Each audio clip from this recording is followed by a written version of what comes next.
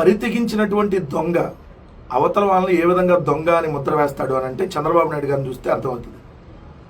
18 అవినీతి కేసులో స్టేలు తెచ్చుకున్నటువంటి ఈ దొంగ చంద్రబాబు నాయుడు గారు తర్వాత కూడా ఆ కుంభకోణాలను అలాగే కొనసాగిస్తూ ఎన్ని కేసులు పెడితే ఉంది, నేను స్టేలు తెచ్చుకుంటాను, వ్యవస్థలో ఉన్నటువంటి వ్యక్తులను నేను మేనేజ్ చేయగలనేటటువంటి ఆ ధైర్యంతో 2014 నుంచి 19 దాకా కూడా అనేక రకాలైనటువంటి కుంభకోణాలకు పాల్పడి ఫైబర్ నెట్ కావచ్చు, స్కిల్ డెవలప్మెంట్ కావచ్చు, అమరావతి భూముల కుంభకోణం, ఇన్సైడర్ ట్రేడింగ్ పేరుతో కుంభకోణం, ఏదైతే రింగ్ రోడ్డుకు సంబంధించినటువంటి అలైన్మెంట్ మార్పుల్లో కుంభకోణం, ఆఖరికి మద్యం కుంభకోణం, ఇలా అనేక రకాల కుంభకోణాలకు పాల్పడినటువంటి చంద్రబాబు నాయుడు అనుకో ఈరోజు జగన్మోహన్ రెడ్డి గారి మీద బురజల్లేటటువంటి ప్రయత్నం, జగన్మోహన్ రెడ్డి గారి మీద తప్పుడు కేసులు పెట్టి జగన్మోహన్ రెడ్డి గారి ప్రభుత్వంలో ఉన్నటువంటి పనిచేసినటువంటి వాళ్ళ మీద, జగన్మోహన్ రెడ్డి గారి దగ్గరగా ఉండేటటువంటి వాళ్ళందరి మీద కేసులు నమోదు చేసి ఇక్కడేదో మద్యం కుంభకోణం జరిగిపోయిందని చూపించేటటువంటి ఒక బేతాళ కథ జరుగుతూ ఉంది ఈరోజు ఆంధ్రప్రదేశ్లో. పెద్ద కుట్ర.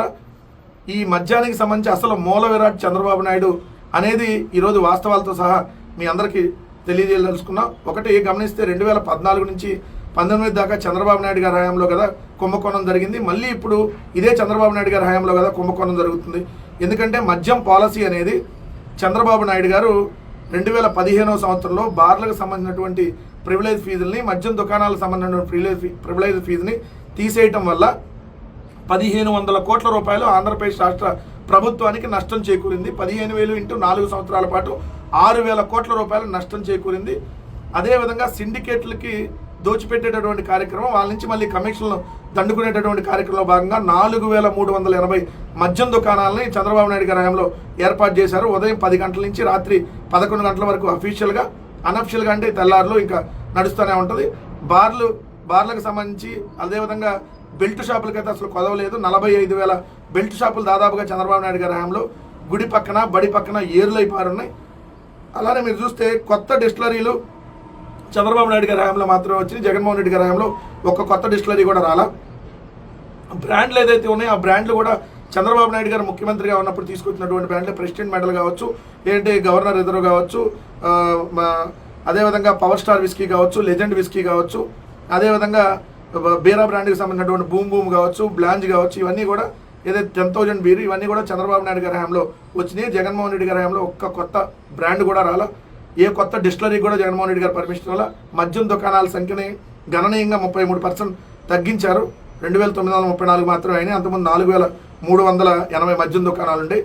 ఏదైతే టైమింగ్స్ పెట్టారో మద్యాన్ని తాగొద్దని చెప్పి జగన్మోహన్ రెడ్డి గారి ప్రభుత్వం చెప్పుకుంటా, జగన్మోహన్ రెడ్డి గారి ప్రభుత్వం తాగొద్దు అని చెప్పి మద్యాన్ని తగ్గించేటటువంటి ప్రయత్నం చేసింది. చంద్రబాబు నాయుడు గారి హయాంలో సేల్స్ పెరిగినాయి, ఆదాయం మాత్రం తక్కువ.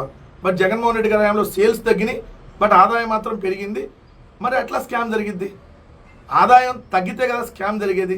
సో ఆదాయం పెరిగితే ఎలా స్కామ్ జరుగుతుంది? ప్రభుత్వం మద్యం దుకాణాలు నిర్వహిస్తే ఎలా స్కామ్ జరుగుతుంది?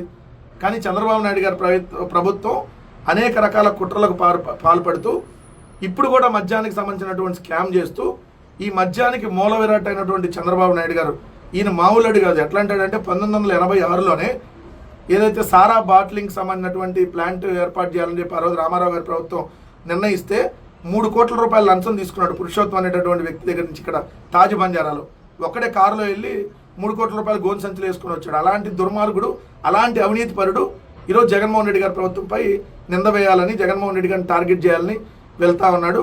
జగన్మోహన్ రెడ్డి గారి హయాంలో మద్యానికి సంబంధించినటువంటిది ఎక్కడా కూడా అవినీతి అనేది జరగలేదు. ఏదైతే కాంపిటీషన్ కోర్ట్ ఆఫ్ ఇండియా అని ఉంటుంది, దాంట్లో కూడా జగన్మోహన్ రెడ్డి గారి ప్రభుత్వం మీద వీళ్ళు ఆల్రెడీ చంద్రబాబు నాయుడు గారు తన మనుషులతో కేసు వేయించినప్పుడు కూడా ఇక్కడ మద్యం విధానం చాలా పారదర్శకంగా ఉందని చెప్పి వాళ్ళు చెప్పడం జరిగింది. కానీ చంద్రబాబు నాయుడు గారు ఇప్పుడు ఈ రాష్ట్రంలో దీన్ని అంతా డైవర్ట్ చేయడానికి ఏదైతే ఇప్పుడు కొత్త బ్రాండ్లు తీసుకొని వచ్చి దాన్ని కూడా డైవర్ట్ చేసి, ఎందుకంటే ఇప్పుడు తీసుకొచ్చి నాసిరకం బ్రాండ్లు 99 రూపాయలకి చీప్ లిక్కర్ పేరుతో సుమో విస్కీ, సుమో అంటే టాటా సుమో కాదండి, సుమో విస్కీ అనేటటువంటి ఒక చెత్త బ్రాండ్ని, ఏదైతే షార్ట్ విస్కీ అనేటటువంటి ఒక పనికిమాలిన బ్రాండ్ని, Bengaluru whisky, Kerala malted whisky, ఏదైతే ట్రాపికానా బ్రాందీ 99 రూపాయల బ్రాందీ, ఇలా అసలు ఊరు పేరు లేనటువంటి నాసిరకం బ్రాండ్లు ఇప్పుడు తీసుకొని వచ్చి ఇది కదా కుంభకోణం.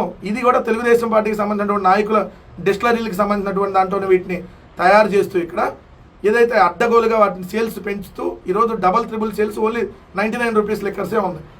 అంటే ఎంత ఎంత చెత్త బ్రాండ్లు తీసుకొని వచ్చి ఈరోజు ప్రజల ఆరోగ్యాలతో కూడా చెలగాటం ఆడుతూ ఓ పక్క కుంభకోణానికి పాల్పడుతూ ప్రభుత్వానికి వచ్చే ఆదాయాన్ని రానియకుండా చేస్తూ బెల్ట్ షాపులు విచ్చలవిడిగా ఈరోజు పత్రికలో కూడా చూస్తే వాళ్ళ బూత్ పత్రికలోనే రాస్తున్నారు మద్యం సిండికేట్ అని చెప్పి. ఎంఆర్పి కంటే ఎక్కువ ధరలకు అమ్ముతున్నారు. ఆ డబ్బులన్నీ ఎవరి చేతుల్లోకి వెళ్తున్నాయి? అలానే మొన్న వీళ్ళు తీసుకున్నటువంటి నిర్ణయం ఏదైతే మద్యానికి సంబంధించినటువంటి దుకాణదారులకు మార్జిన్ 14% పెంచడం వల్ల మద్యానికి సంబంధించినటువంటి ప్రభుత్వానికి దాదాపుగా సంవత్సరానికి 3,000 కోట్ల నష్టం వస్తుంది. అంటే దాదాపుగా 5 సంవత్సరాలకి 15,000 కోట్ల ఎక్సైజ్ శాఖే నష్టం. మరి ఈ డబ్బులన్నీ ఏ చిన్నబాబు దగ్గరికి వెళ్తున్నాయి, ఏ పెద్దబాబు దగ్గరికి వెళ్తున్నాయి? సో మద్యం మూల విరాట్ చంద్రబాబు నాయుడు వాళ్ళ కొడుకు లోకేషే. మద్యం కుంభకోణానికి పాల్పడింది చంద్రబాబు నాయుడు గారు, వాళ్ళ కొడుకు లోకేష్, వాళ్ళకి సంబంధించినటువంటి బినామీలే. జగన్మోహన్ రెడ్డి గారి ప్రభుత్వంలో ఎక్కడ జరగలేదు. మేము అది న్యాయస్థానాల్లో ఖచ్చితంగా ప్రూవ్ చేస్తాం. మీరు ఎలాంటి తప్పుడు కేసులు పెట్టా ఎవడో కూడా ఇక్కడ భయపడ్డా అన్నటువంటి విషయం మాత్రం గుర్తుపెట్టుకోమని చెబుతా ఉన్నాం.